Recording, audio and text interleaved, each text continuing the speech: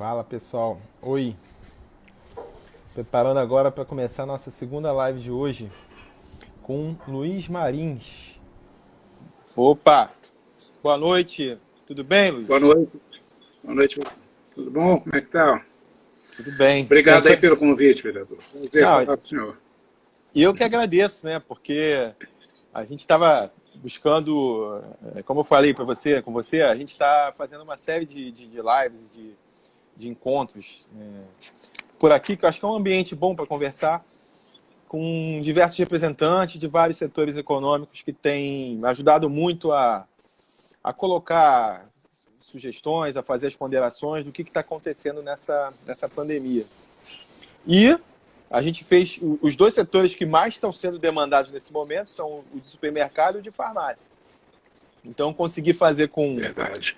uma conversa com o Fábio Queiroz, né, que é o presidente da Associação dos Supermercados aqui do Rio de Janeiro, do estado do Rio, e estava buscando o seu contato para a gente conseguir conversar. Pois é.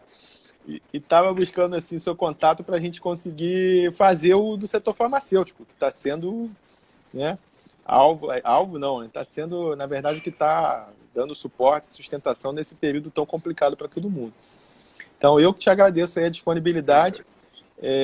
Não sei se está todo mundo vendo bem, mas eu estou te vendo meio ainda embaçado aqui a imagem. Não sei se está 100% aqui. Se alguém puder me dar um retorno, se a imagem dele está boa.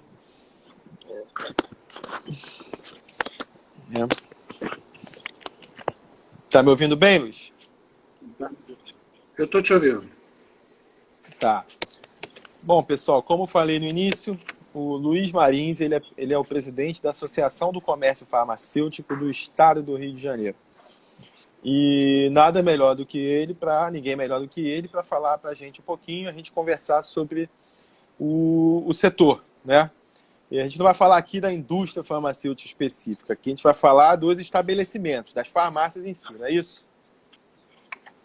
Vamos falar do varejo farmacêutico aqui, farmácias e drogarias. Exatamente.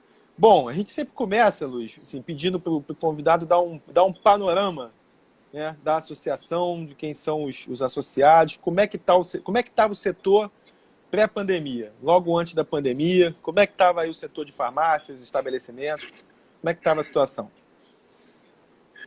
Bom, o setor do varejo farmacêutico é um setor de relevância nacional, né? Vamos falar primeiro em números globais e depois a gente vai do macro e vai chegar aqui no município do Rio de Janeiro, né? É um setor que tem uma capilaridade no Brasil fantástica. Na realidade, a primeira unidade de saúde próximo à população.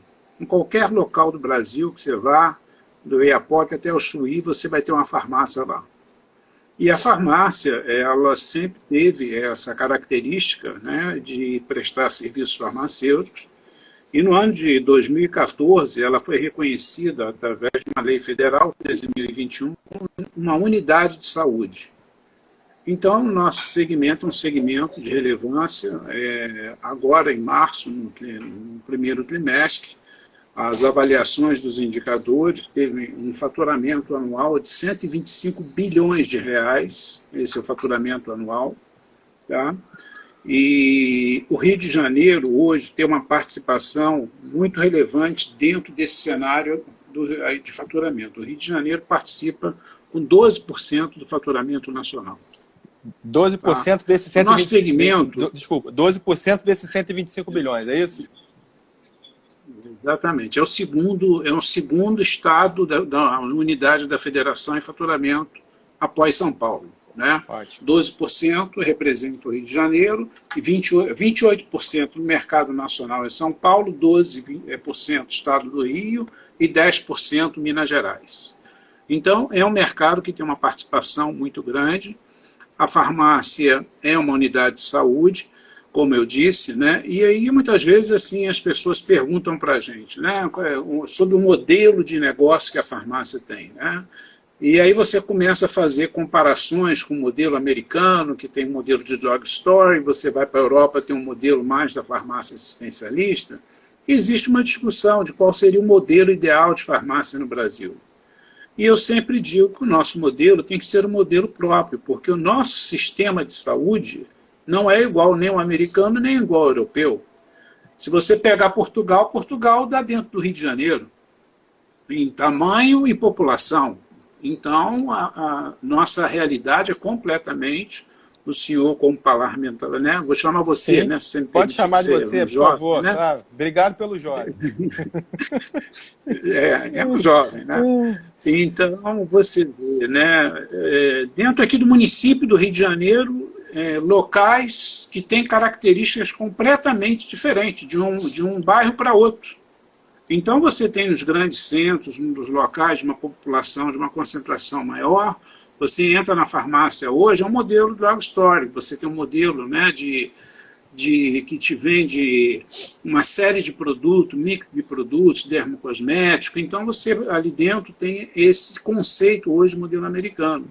Quando você vai para uma periferia, para um bairro mais carente, a farmácia que tem um tamanho, né, físico menor, ela já tem um modelo mais de dar uma prestação de serviço, é aquela farmácia lá que faz o primeiro atendimento, onde ela verifica a pressão, onde ela faz a aplicação de injetáveis, onde ela faz o teste de glicemia capilar.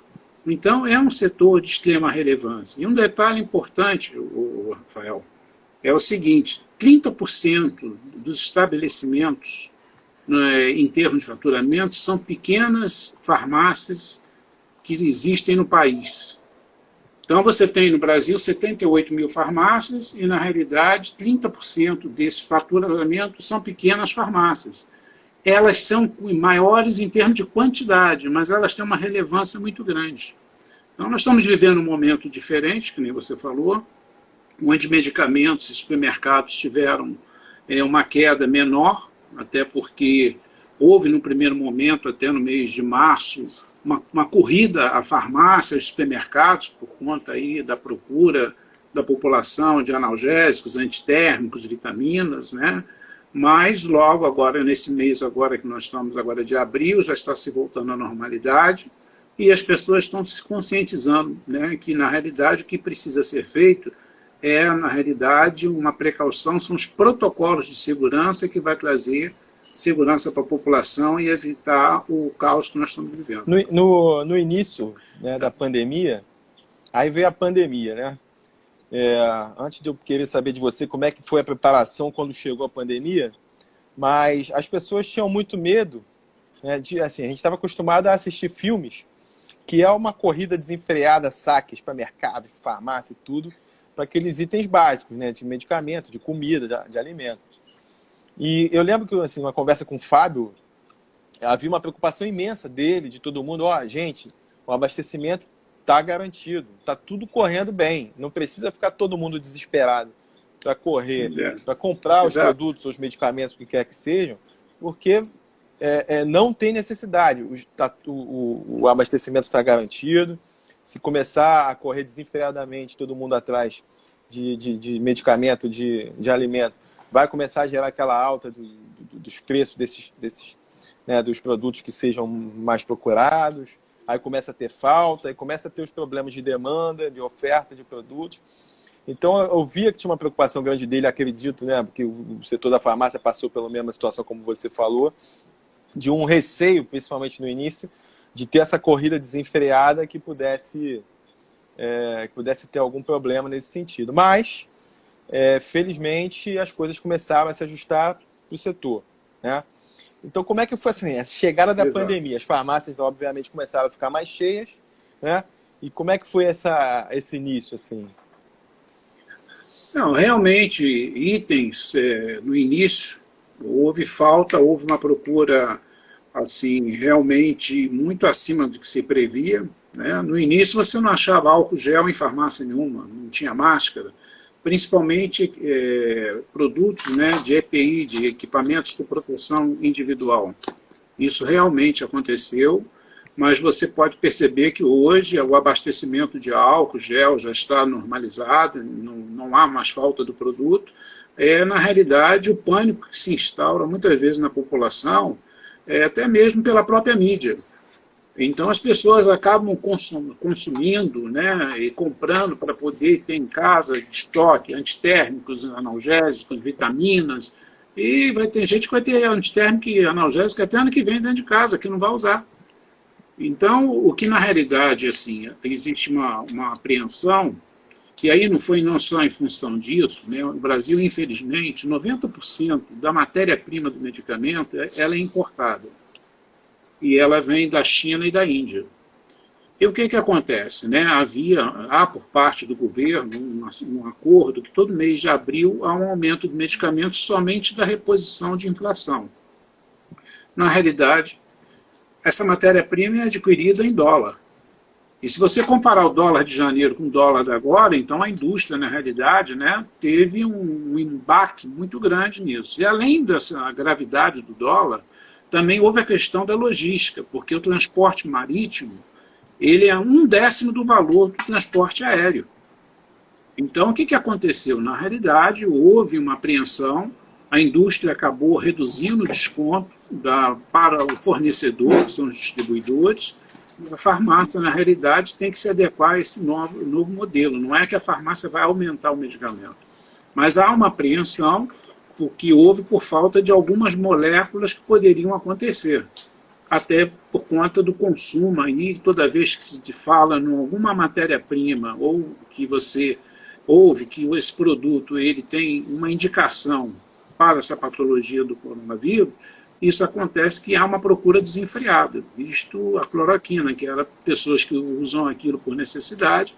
Você hoje teve que ter uma norma imediatamente da Anvisa para que não faltasse o produto para que somente fosse adquirido através de prescrição médica. Então, muitas vezes, essa influência que acaba fazendo, mas é um setor que tem assim, procurado atender a população. Na realidade, essa situação que ocorreu também veio provocar uma aceleração em algumas discussões antigas, visto que agora, recentemente, a Anvisa normatizou para que as farmácias possam fazer o teste, né, rápido de coronavírus para que os estabelecimentos possam contribuir com a população. Então vamos aproveitar esse gancho aí do que você falou. Como é que foi lidar essas informações aí todas, né? Quando veio à tona dizendo que a cloroquina seria a salvação da Covid, e a gente sabe que tem muitos pacientes que utilizam esse medicamento, que são aqueles que têm problemas de doenças crônicas, lúpus, doenças autoimunes e por aí vai.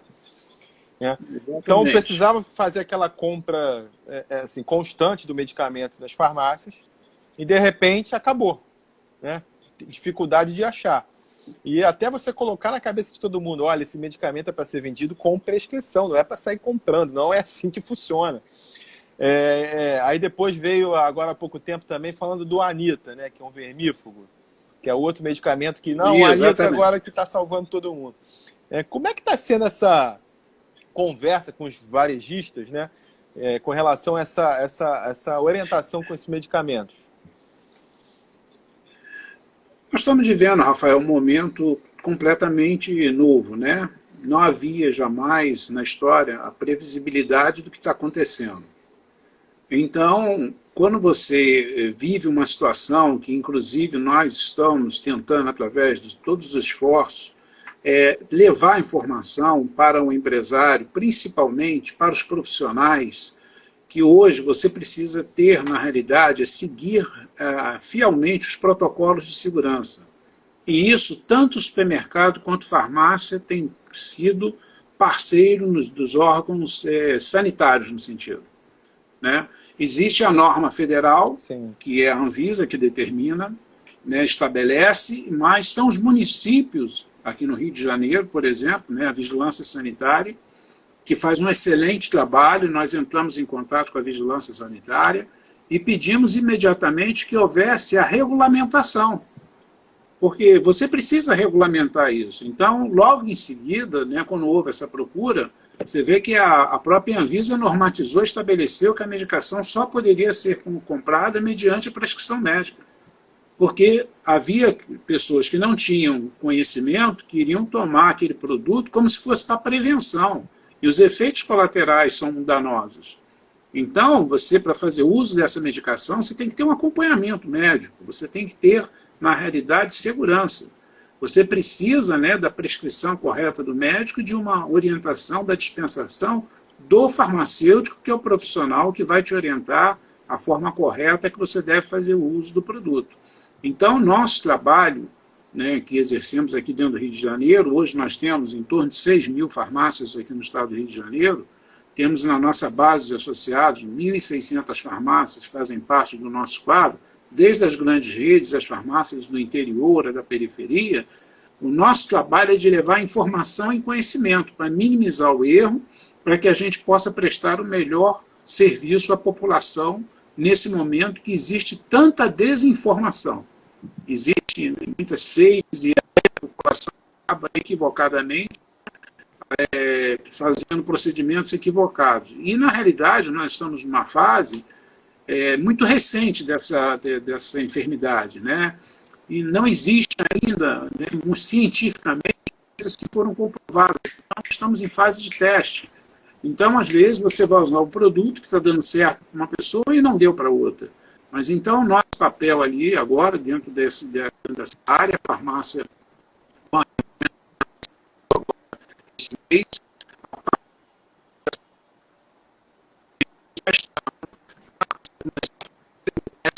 rápido, né, de ação.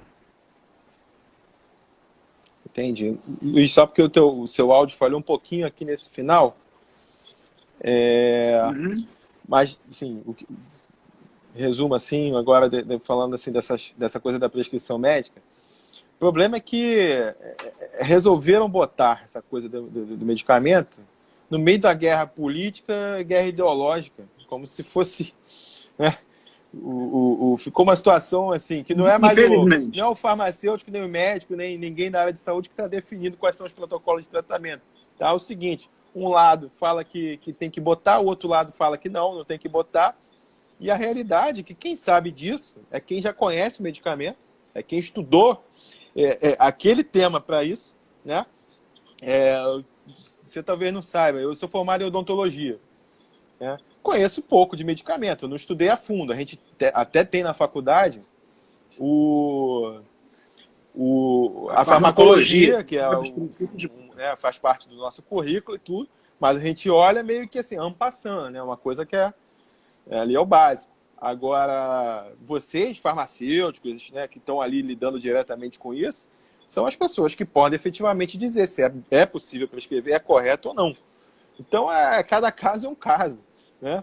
Não tem que ficar nessa disputa ideologicamente, não, vou dizer que isso aqui funciona, o outro que não. Né? Provavelmente, eu acredito que para alguns vai funcionar e para outros não é recomendável. Né? E quem vai decidir isso é o profissional de saúde. Não tem que ser o político ali que está querendo... Não, Rafael, não há tempo para que cientificamente se comprove que esse medicamento, há uma probabilidade muito grande, muitas vidas já foram salvas através dessa medicação. Mas a função do médico é ele fazer o diagnóstico e a prescrição. Isso é um ato de responsabilidade seu como dentista, do médico, para poder fazer. É uma atribuição do profissional que faz. A função do farmacêutico é a dispensação, é a orientação, para que ele possa orientar a melhor maneira para que o paciente possa fazer uso, para que aquele medicamento possa fazer efeito. Então, na realidade, o sistema de saúde ele é composto de vários profissionais de grande relevância. São os médicos, são os enfermeiros, são os fisioterapeutas, são os farmacêuticos. É uma equipe multidisciplinar que tem que estar pregada no momento desse. E ainda, como você fala, né, com questões políticas que nós estamos acompanhando diariamente, com muita tristeza, o que se vê aí, né, a deficiência do atendimento público, né, para um paciente se internar, para você sequer estar entendendo um atendimento médico. E isso nos entristece muito. Né? Então, o nosso trabalho tem sido um trabalho de levar informação.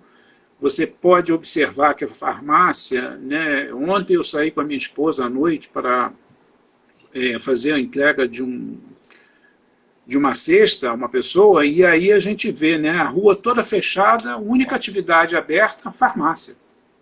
Então, as farmácias, na realidade, têm esse papel. E eu digo que isso aqui é no Brasil inteiro. No Brasil inteiro, as farmácias estão ali atendendo. Logicamente, tivemos que nos adequar, fazer uma série de medidas, né, seguindo os protocolos de distanciamento, fluxo de pessoas dentro da loja.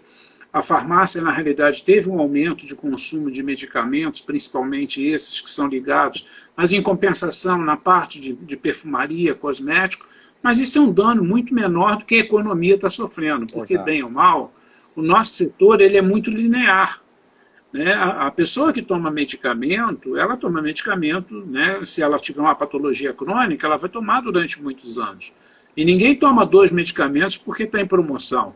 Você vai tomar um medicamento, mas então o nosso segmento ele tem essa característica, né? Ele não tem um aquecimento muito grande de venda, mas também não tem uma queda muito grande. Mas, de uma forma geral, o impacto social, econômico que vai haver, que está havendo, isso certamente vai afetar a todos os setores da economia, independente que seja farmácia, supermercado. Nós estamos sofrendo menos nesse momento, porque tem setores aí que estão com uma queda de 80%, 70% de faturamento e com uma grande quantidade de pessoas que estão sendo demitidas. Exatamente. O que me preocupa com relação à questão da economia é que talvez ainda não tenha caído a ficha, né, de alguns. Não vou aqui entrar no debate político, não, mas se não tiver uma intervenção para poder equilibrar e salvar ali o setor econômico, os setores econômicos agora, isso lá na frente vai sair muito mais caro do que se gastasse agora para conseguir suportar esse momento. Né? Então, sim. Não há dúvida, né? Nós temos hoje uma questão de saúde e, simultaneamente, uma questão econômica que está afetando. Sim. Então, isso está afetando a economia, né? Para você ter uma ideia, a Ascoferj, junto com 29 instituições, gostaria até da sua contribuição, nós instituímos uma plataforma que chama-se Vagas no Varejo, né? Onde a empresa gratuitamente pode entrar na plataforma chamada Vagas no Varejo, ela pode disponibilizar uma vaga ali e dar o perfil para fazer o recrutamento. Na outra ponta, a pessoa que está desempregada, ela pode baixar no seu smartphone, através do aplicativo, e se candidatar colocando seu currículo. Esse aplicativo faz uma interface para a recolocação desses profissionais. Bacana. Nós temos, né, de alcançar, nesse primeiro momento, no lançamento, 4.000 vagas. Quando hoje, terminamos agora há pouco uma reunião, nós já temos 80.000 pessoas inscritas na plataforma. Eita! Para 4.000 vagas. Caramba! Então, você vê a gravidade da situação que nós estamos vivenciando. Então, e esse trabalho de vagas no varejo são instituições das mais diversas áreas de economia, não é de um setor. A Abras, né, da Sérgio aqui, do Fábio, tem participado, farmácia, de moda, de diversas, qualquer empresa do varejo pode se cadastrar, se recrutar lá, disponibilizar a vaga, mas você vê 4.000 vagas para 80.000 pessoas. Então você vê o que nós teremos ainda pela frente, a gravidade da situação que nós teremos, né, econômica, para poder recuperar essa situação. É muito preocupante. Demais. Muito preocupante. Até anotei aqui o nome, para poder, eu também vou ajudar a divulgar isso, né? Para ver se... se você puder, né, vagas no varejo, né, ou a empresa faz o cadastramento pelo site e o interessado, o candidato, baixa o aplicativo e esse é totalmente gratuito, tanto para a empresa quanto para o candidato. Ele pode fazer isso. O pessoal da minha equipe que está assistindo a essa live, já estou determinando aqui que já verifica essas informações todas para a gente amanhã fazer uma espécie de orientação para ajudar aí a ver se as empresas se cadastram e conseguem ajudar mais pessoas nesse momento tão difícil para todo mundo. Aqui no Rio a gente sabe que convidar as empresas. Sim. Não, estou falando, assim, se você puder, estar entendendo. Não, pode continuar. Pode falar. Tinha falhado aqui. Aqui no Rio, a gente sabe que a Subsecretaria de Vigilância Sanitária é bem atuante, bem forte. A gente até aprovou O Rio de Janeiro, por incrível que pareça, o município até 2018 não tinha um código sanitário municipal aprovado. A gente... Aprovado por unanimidade. Exatamente. A gente conseguiu aprovar, Tava assim, uma coisa que era ridícula se pensar Rio de Janeiro, capital, cidade mais importante do estado do Rio, né, e mais importante do país, talvez não ter um código sanitário próprio, né? Mas aprovamos lá na Câmara. E agora, há pouco tempo, teve essa coisa do convênio, da regulamentação dos testes de vacina da Covid. Você chegou a citar lá no início, não é isso? Isso saiu agora há poucos dias. Exatamente. Né? Como é que vai funcionar isso? As farmácias já estão começando a fazer ou ainda precisa de mais alguma regulamentação? Como é que está isso hoje? Não. A partir de agora, não. A partir de agora, as farmácias já têm, né, como eu disse inicialmente, houve a norma da Anvisa, que normatiza a nível nacional, mas como o ato de fiscalização cabe a cada município. Isso.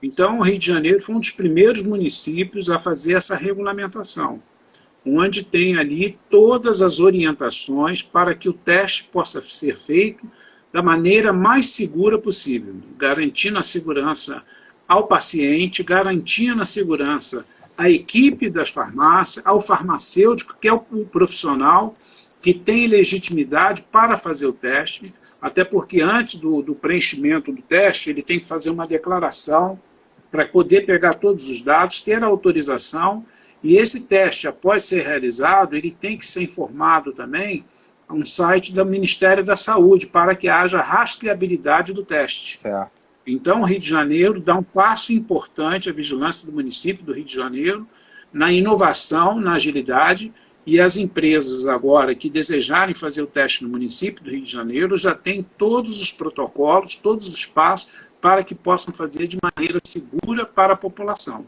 Então é muito importante, né, que a farmácia faça isso de maneira que for orientado pela própria vigilância.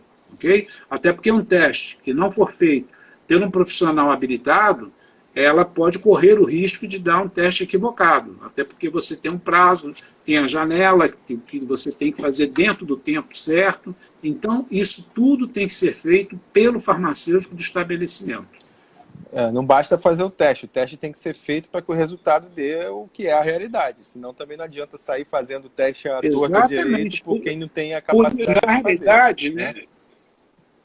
Por isso que o teste ele não pode ser vendido para ser feito em casa, porque o farmacêutico tem que fazer uma declaração e depois ele tem que fazer uma notificação no site do Ministério da Saúde, na Notivisa, para que ele possa dar rastreabilidade daquele teste, para que o governo possa, na realidade, ter o controle dos testes que estão sendo aplicados nas farmácias e drogarias. A gente só lamenta, Pedro,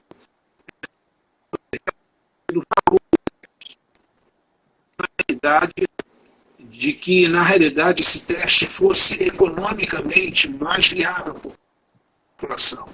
Mas, considerando o valor do teste, os equipamentos de EPI que a farmácia vai ter que utilizar em cada vez que for fazer o teste, ele não vai ser acessível para uma população carente.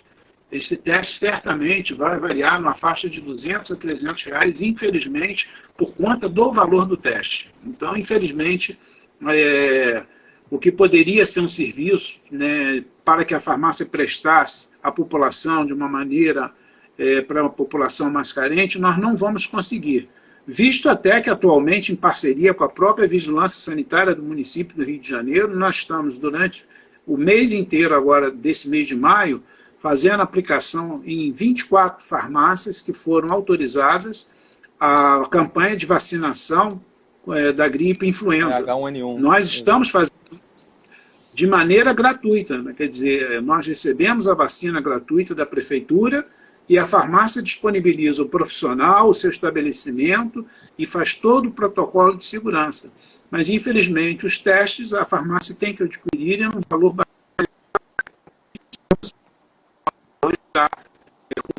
também muito alto. Oi. Falhou um pouquinho aqui, vamos ver se eu conseguir pegar. Os testes são pagos pelo valor, que não é um valor baratinho. A faixa de preço fica de 200, 300, entre 200 e 300 reais. Vai variar. Ou seja, classe média, média alta e classe alta vai ter como fazer, mas as classes que mais precisam, muitas pessoas não vão ter condição de pagar um teste desse, né?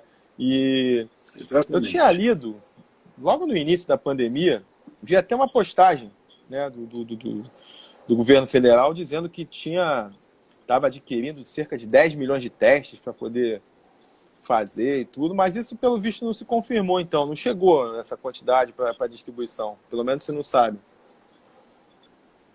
Não, certamente não chegou nem em teste, nem chegou equipamento, visto que você tem visto, nós estamos vendo diariamente, não tem leito, não tem equipamento, não tem profissionais. Então, na realidade, infelizmente, né, nós não podemos atender a população da maneira que deveria ser atendido. Então, a gente lamenta muito isso, né? Tanto é que quando nós recebemos a vacina gratuita, a farmácia está prestando esse serviço. Mas, infelizmente, aí o que nós estamos vendo aí não é isso, muito pelo contrário, né?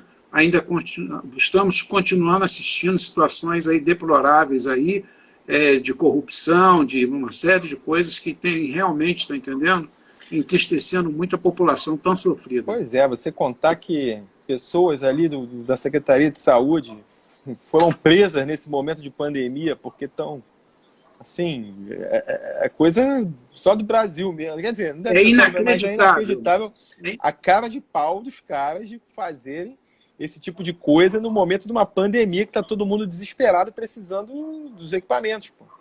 E quando compra, além de comprar mais caro, compra equipamento que não está servindo direito para tratar da doença. Pô! Assim, é algo... O nosso sistema de saúde, infelizmente, né, meu vereador, é muito deplorável em relação à população, não merecia, para que o senhor tenha ideia, para que você possa ter um entendimento. O medicamento, quando você compra um medicamento, 1/3 do valor do medicamento é imposto.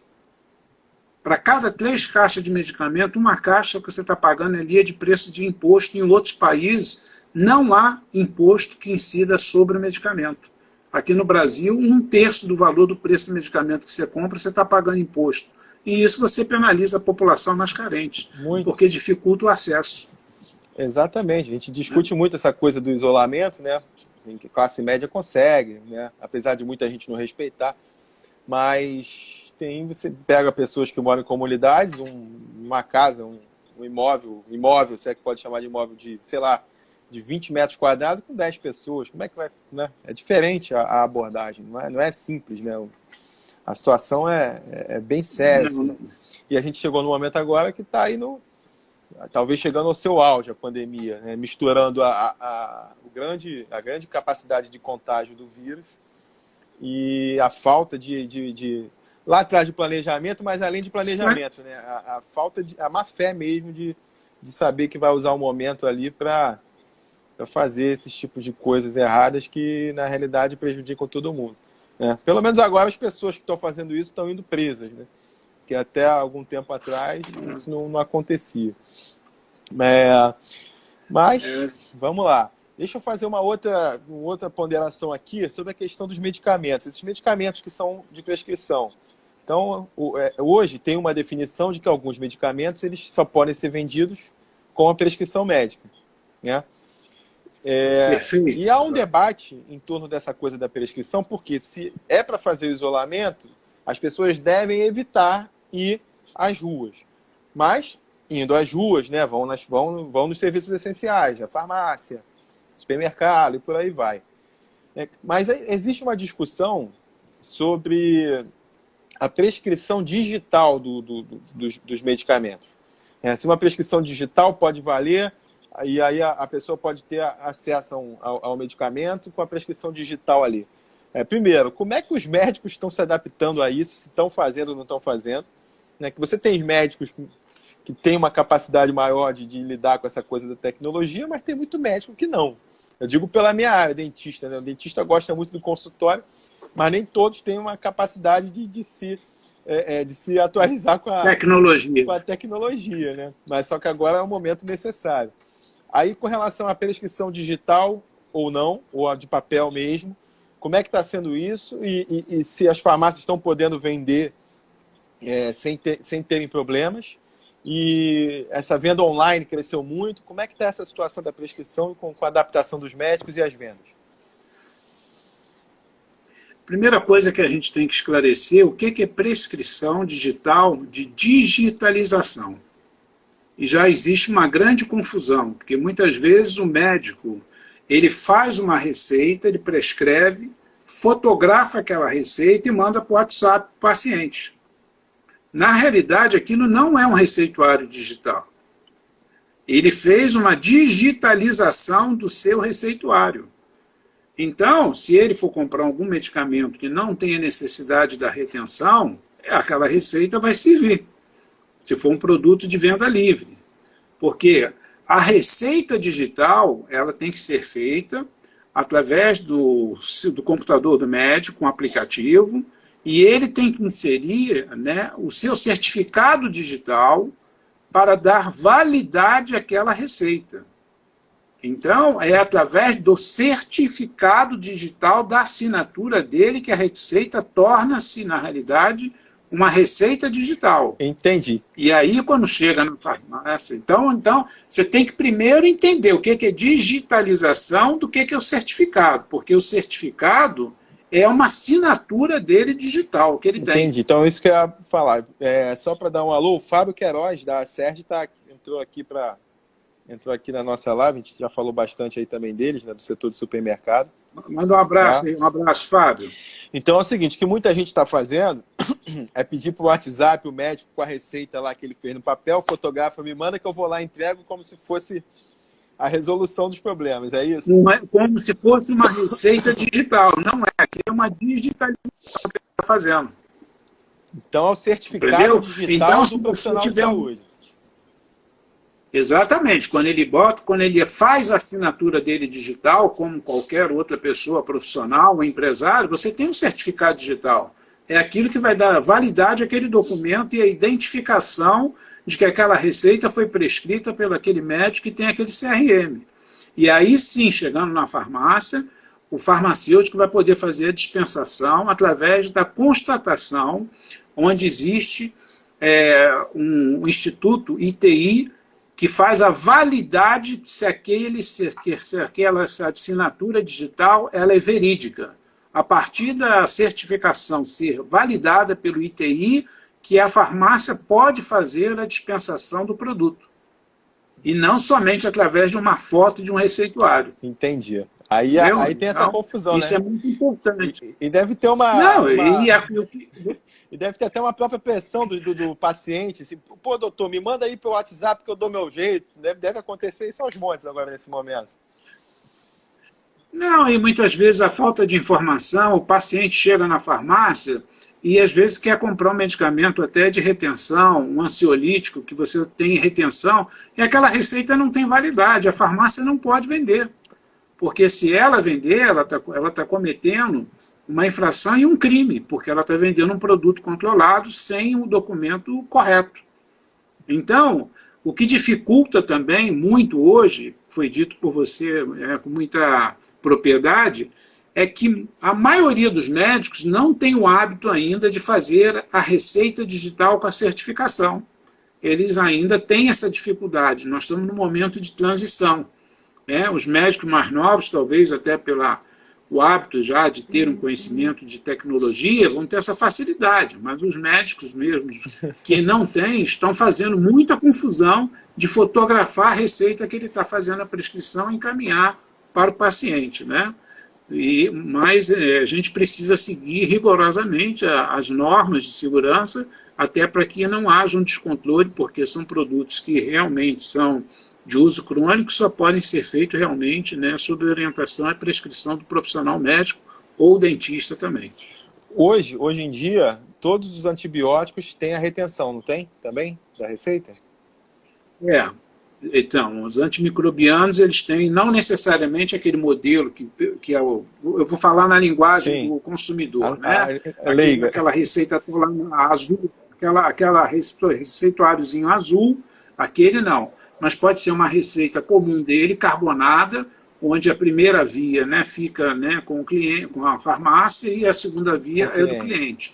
Então, o antimicrobiano hoje também, ele precisa ser, na realidade, também feito com a prescrição médica também. Então, esse é um fato novo que também foi acelerado em função exatamente dessa questão da Covid. Porque também muitos médicos deixaram de trabalhar, eles são de grupo de risco. Exato. Então, eles estão fazendo até um atendimento remoto, só que não estão adequados ainda a fazer a prescrição através de receituário digital. E isso que causa essa confusão junto ao consumidor que não está sabendo distinguir o que é um receituário digital de uma receita digitalizada. Com o tempo a gente acredita que... né?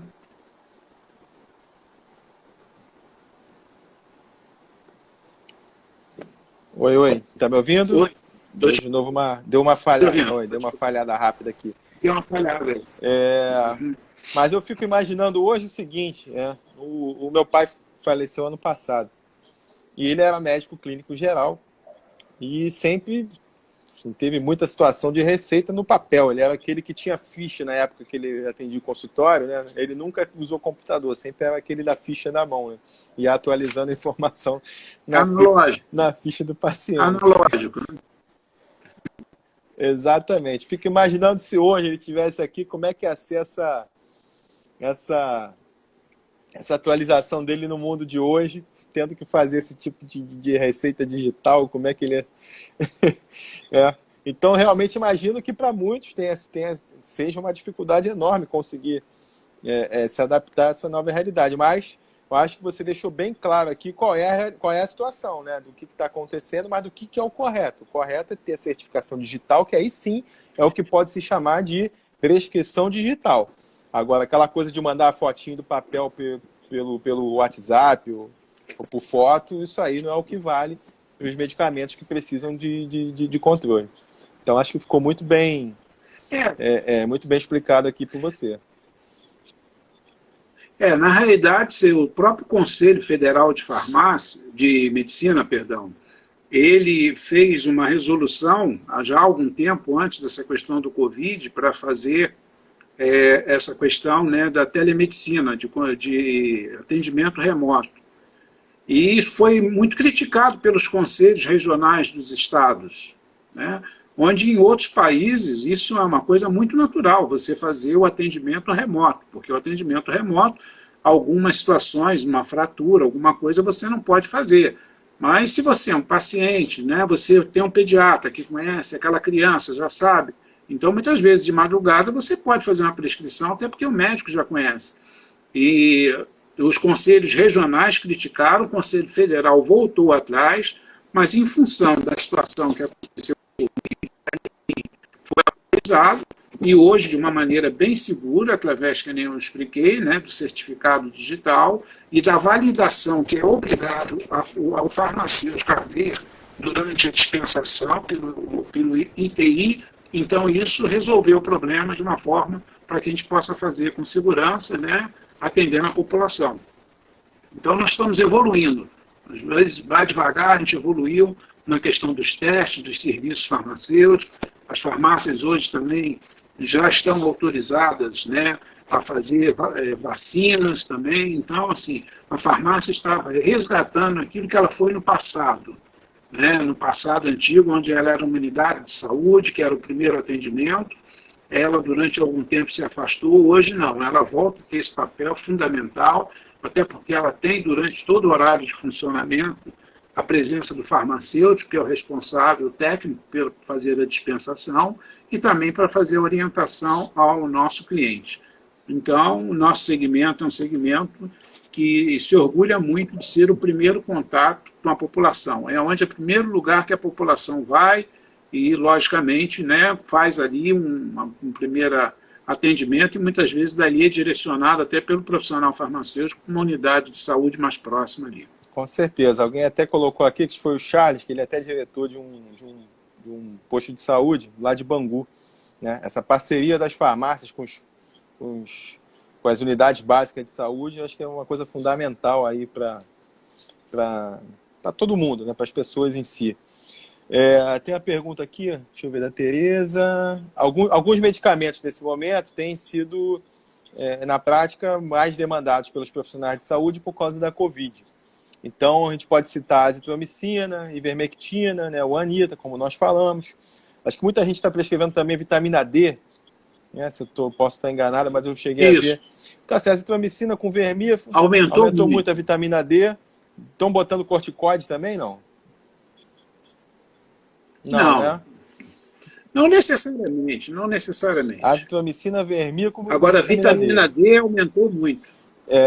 Isso sim. A vitamina D aumentou muito.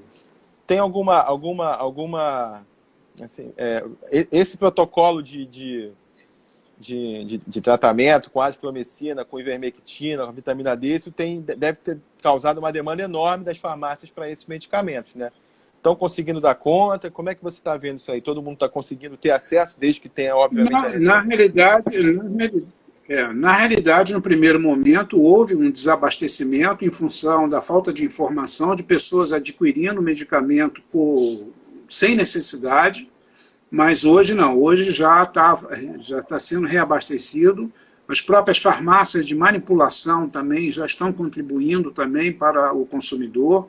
Então, isso hoje, para ser dispensado, existe todo um protocolo que o farmacêutico faz previamente para fazer a dispensação. Então, nós já temos uma certa normalidade para o atendimento à população e o próprio governo, me parece até que o próprio governo federal já está fazendo a produção, porque não se trata de uma matéria-prima nova, ela já existe há décadas. Certo. Na realidade, ela foi identificada para essa patologia, mas não é um princípio ativo novo que tenha exclusividade, que quando você tem seria muito mais complicado, né? Se houvesse a patente de um único fabricante do produto. Então, dessa forma, o mercado já está se autorregulando, ainda com uma certa dificuldade, mas já você consegue, né, os próprios laboratórios, você entrando em contato com o laboratório, com o saque da empresa, eles direcionam para as empresas, as farmácias que já têm disponibilidade desse produto e já está atendendo ao consumidor. O que a gente também tinha dificuldade, como falei no material de EPI, né, que eram principalmente, né, a questão das máscaras que usavam, e depois o governo, né, de uma maneira correta, porque a máscara, aquela N95, deve ser usada por um profissional de saúde. E a população começou a comprar aquilo de uma maneira sem necessidade, né? Por precaução, por medo, e aí acabou faltando, como até hoje, né? Infelizmente, a gente também vê que está faltando material de EPI para, recentemente, assistindo uma reportagem, até para os enfermeiros, os aventais, todo aquele material que hoje é absolutamente necessário para você estar dentro de um centro cirúrgico lá, fazendo um tratamento dentro da ambulatorial. Perfeito. Acho que vale muito aí mesmo da informação e conscientização, que nesse desespero muita gente saiu correndo para fazer as compras e compraram tanto medicamentos que são para as pessoas assim, crônicas, né, com problemas crônicos, e comprar os equipamentos de proteção que são para os profissionais de saúde que estão o dia inteiro, todo dia aí na linha de frente do combate a essa pandemia, ao enfrentamento, que assim, a gente é muito grato a todos que estão ali dando sangue mesmo, né? Porque a gente tem acompanhado diversas notícias, claro que muita gente está ficando doente, outras vindo a óbito, mas a carga viral que o profissional de saúde recebe deve ser imensa, né? Comparado com as pessoas que não são da área. Então, acho que isso aí é uma coisa bem interessante de se falar, porque os equipamentos que são os que dão maior proteção têm que ser usados pelos profissionais de saúde que estão o dia inteiro, todo dia ali, né? Isso tem que fazer parte aí da conscientização das pessoas. Luiz, a gente está quase chegando aqui ao final. Assim, eu quero te agradecer demais aí mais uma vez pela disponibilidade. Para quem não sabe, está assistindo aí a nossa live, a gente ainda não se conhecia, assim, de ter conversas, né, de grau de amizade. Pessoalmente. A gente, sim, não vai faltar oportunidade. Exatamente. Então, quando eu procuro as pessoas e faço o convite, é porque eu sei que vai ser buscando a informação de qualidade que as pessoas que assistem às nossas lives precisam ter, né? Então, assim, te agradeço demais, né? Assim, adorei ter essa conversa da forma como você colocou as informações aqui importantes para todo mundo, tá? eu tenho falado muito com as pessoas que trabalham comigo que eu tenho feito todos os dias, né, alguma live. E todo dia de manhã, quando eu pego assim, um assunto que vai ser da parte da noite, eu dou uma pesquisada em algumas coisas, aí ligo para a pessoa com quem vou fazer a live para que a gente bata aquele papo ali, né, dando uma geral do que vai ser. E à noite a gente vai tentando desenvolver para que a pessoa, no caso você aqui, os outros, possam aprofundar, né, as explicações dentro das áreas que vocês sabem muito mais do que a gente. E eu acabo assim, absorvendo bastante conhecimento. Né? Então está sendo assim, eu estou me vendo como um estudante de novo. Né? A gente estuda o dia inteiro, todo dia, mas essa parte também mais acadêmica, de unir essa parte acadêmica com a realidade com que a gente está se deparando, porque a gente a gente imaginava essas coisas nos filmes, né? Essa coisa de pandemia, de epidemia, de contágio. Vários filmes que já vimos eram algo parecido, né? Guerra biológica. Guerra biológica. Tudo. E, de repente, o negócio cai na nossa frente e é real. Né? Então, muita gente ou não estava preparada para isso e trata como se fosse uma coisa que não tem tanta importância.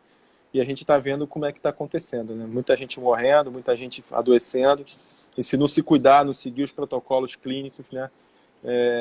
As coisas não vão dar certo. Então, peço que você dê o seu recado final.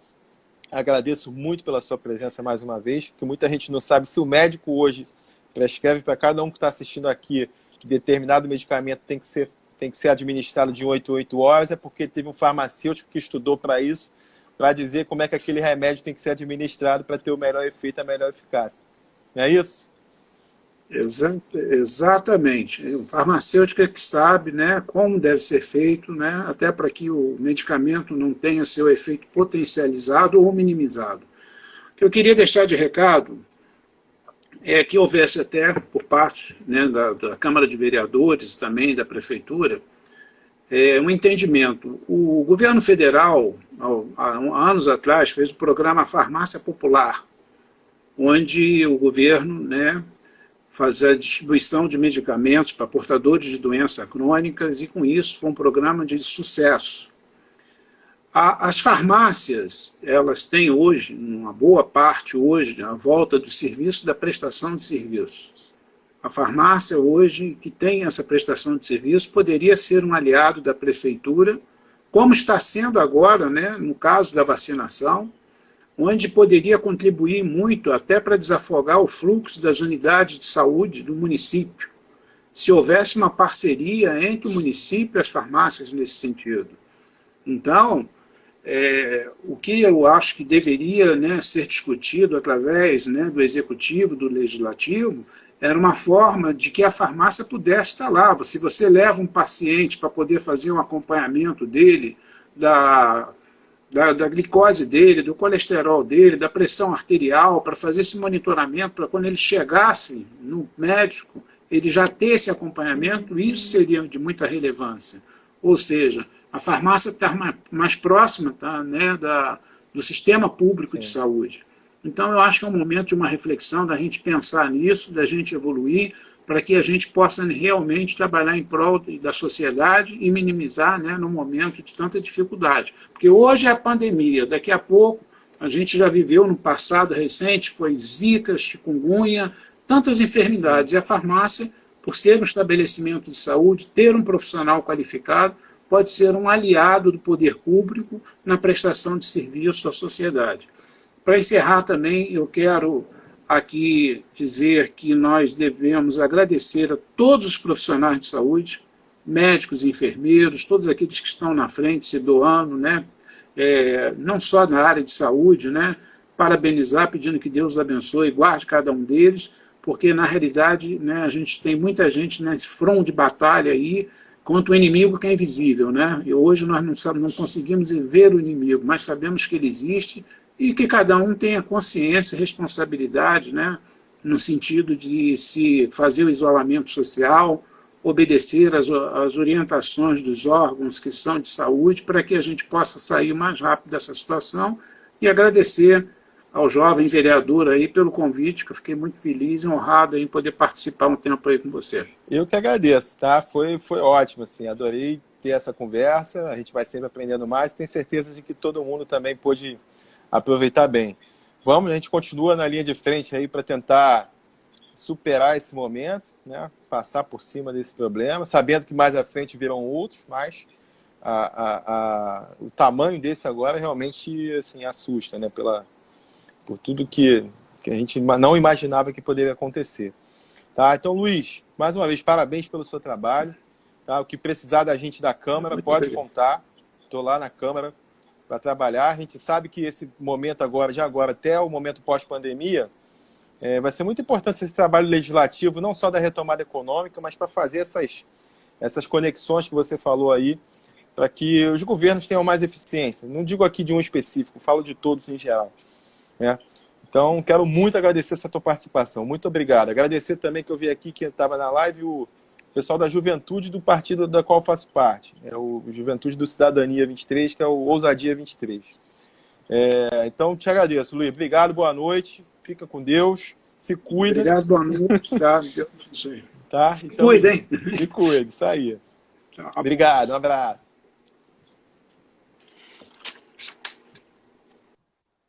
É isso aí, pessoal. Foi um ótimo papo com o Luiz Carlos Marins. Ele é o presidente da Associação do Comércio Farmacêutico do Estado do Rio de Janeiro.